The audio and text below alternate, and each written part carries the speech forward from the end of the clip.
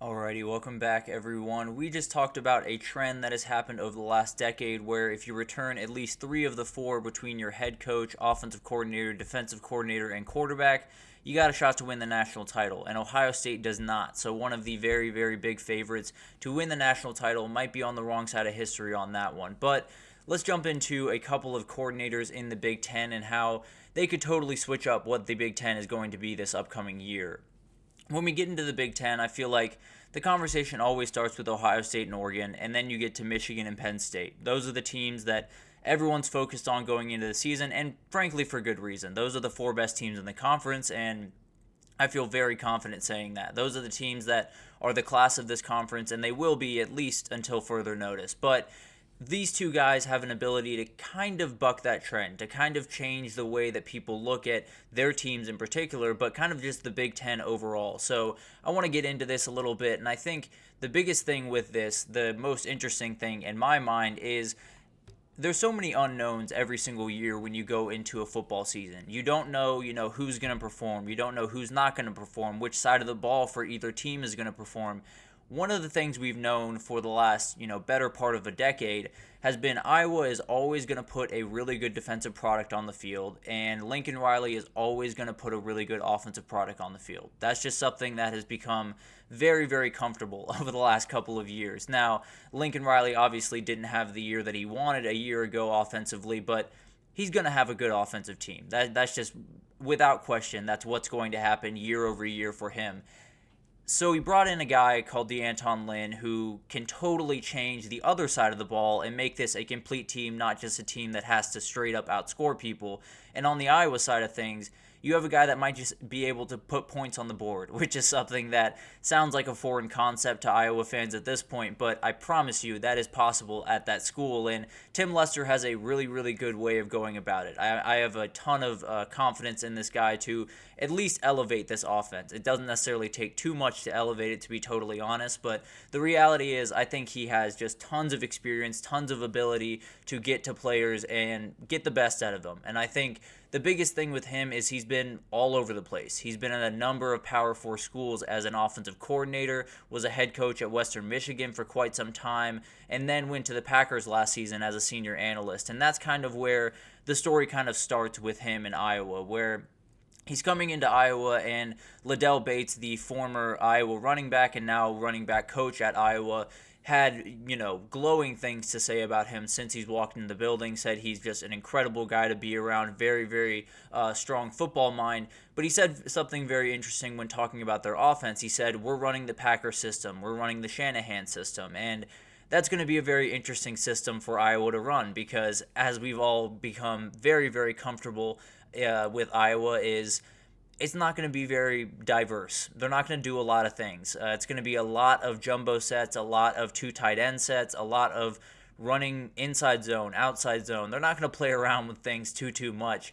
That is totally going to change. If this is really what they're going to run, it's totally going to change overnight pretty much. And the biggest way it's going to change is pre-snap motion. The biggest thing that Iowa has not done in the past years, and one of the best monikers for do you have a good offense or do you not, is how much motion do you use pre-snap. It's a great way to get defenses on their heels, get them confused. You can run, one set and then flip to an entirely different play all in one motion. So it's a huge thing that, more and more teams are trying to unlock. And when you look around the college football landscape, the guys that utilize it the most, Texas, I believe Michigan was number 1 or number 2, I believe, in college football last year using it, and that opened tons of running lanes. So it's not necessarily about moving wide receivers all over the place and throwing the ball all over the field.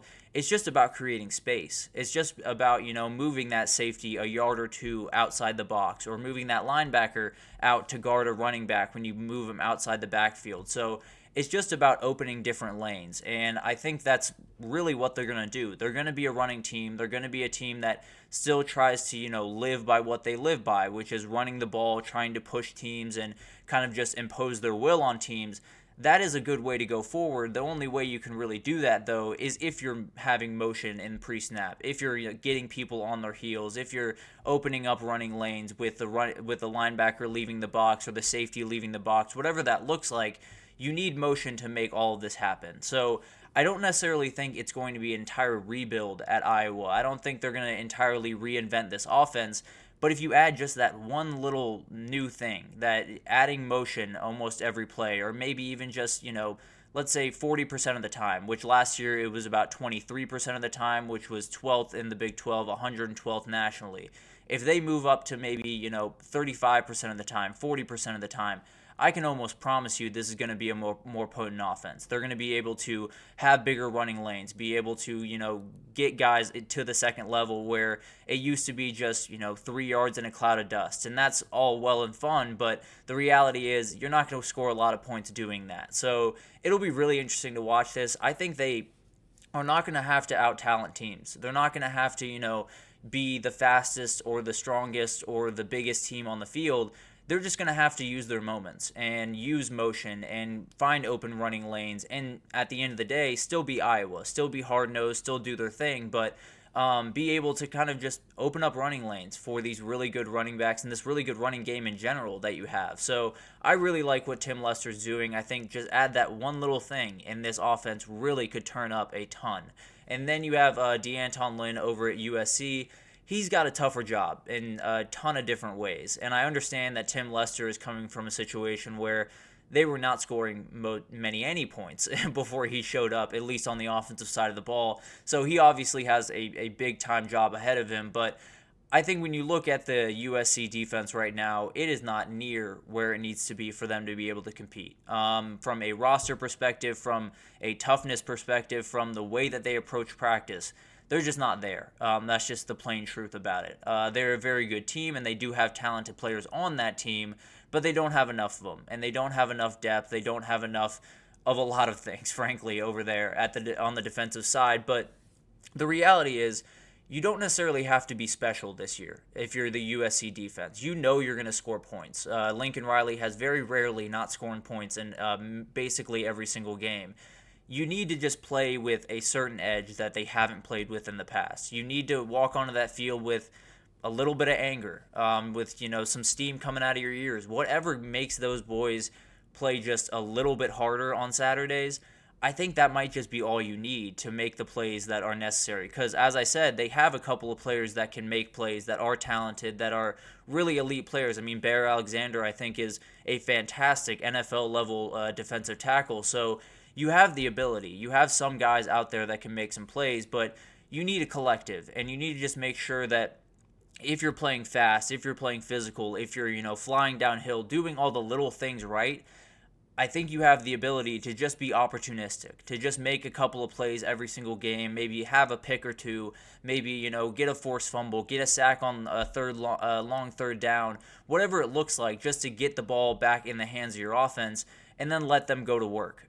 So it is going to be an entire rebuild if they want to be a national title contender. If they want to, win 17 games in a year and win a national title and Lincoln Riley finally get to the top of the mountaintop, it's going to take some time. But that doesn't mean they can't be a good team this year. That doesn't mean they can't take big-time steps forward this year and be opportunistic and take a couple of picks away and be a big turnover team and just get the ball in the hands of their offense. And then if that happens, Lincoln Riley's going to score points, and the USC is going to be a tough team to deal with. So a year ago, Iowa was fewest yards per game offensively with about 230 total yards per game. That's insane. For a team that is in a Big Ten, a power conference that has the ability that Iowa has to recruit some of the people that they can, that should never be the case. That's just the reality. It's been that way for quite some time, probably too long, but Tim Lester's coming in to fix that. And then USC only outpaced Oklahoma State, Colorado, Vandy, Stanford in terms of not giving up, yards given up by a defense. That's not the group they want to be in. They want to be in the Texas, in the Georgia, Alabama, that group. And it's going to take some time to get there, but let's just say the Iowa offense moves up 40 spots in the total offense or in the yards per game category. And the same thing happened with the USC defense. There's a reality where they can win a lot of games. There's a reality where USC could walk into Ann Arbor and win that game. If you can play defense, if you can slow down that run game, you might have a chance to pull that off. If Iowa can score some points with some of these teams like Ohio State and Penn State and Michigan, they can win some of those games. I know it might sound crazy given what they have been in the past, but these teams don't need, massive leaps. They don't need to be a top 10, 15 offense or defense in the entire country.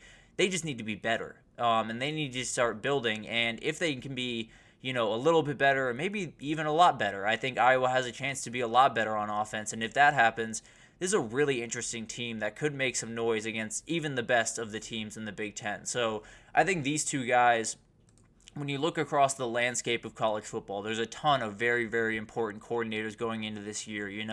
Nick Sheridan and Kane Womack at Alabama. We talked about the Penn State guys, Andy Kotelnicki and Tom Allen. But these two guys in particular are two I'm watching very closely because they're really just filling a massive, massive hole in a team. And if they can fill it even a little bit this year, just plug it 40%, plug it 30%, you have the ability to be more potent, to score some points, or to hold some teams from scoring some points, and actually be contenders in this league. And it could totally kickstart what they're going to do in the future, especially for DeAnton Lynn, where if you put together a really good defense and if you, have a couple of takeaways and make some big plays and have some of those, highlight moments, kids are going to start flowing into that school. I can almost promise you that. Really talented defensive players will definitely want to play for that guy, and it could be a huge year for both these teams. Maybe they don't, win the Big Ten or totally flip it on its head this year, but going forward, those are two of the most important guys in this conference and could define this conference going forward. So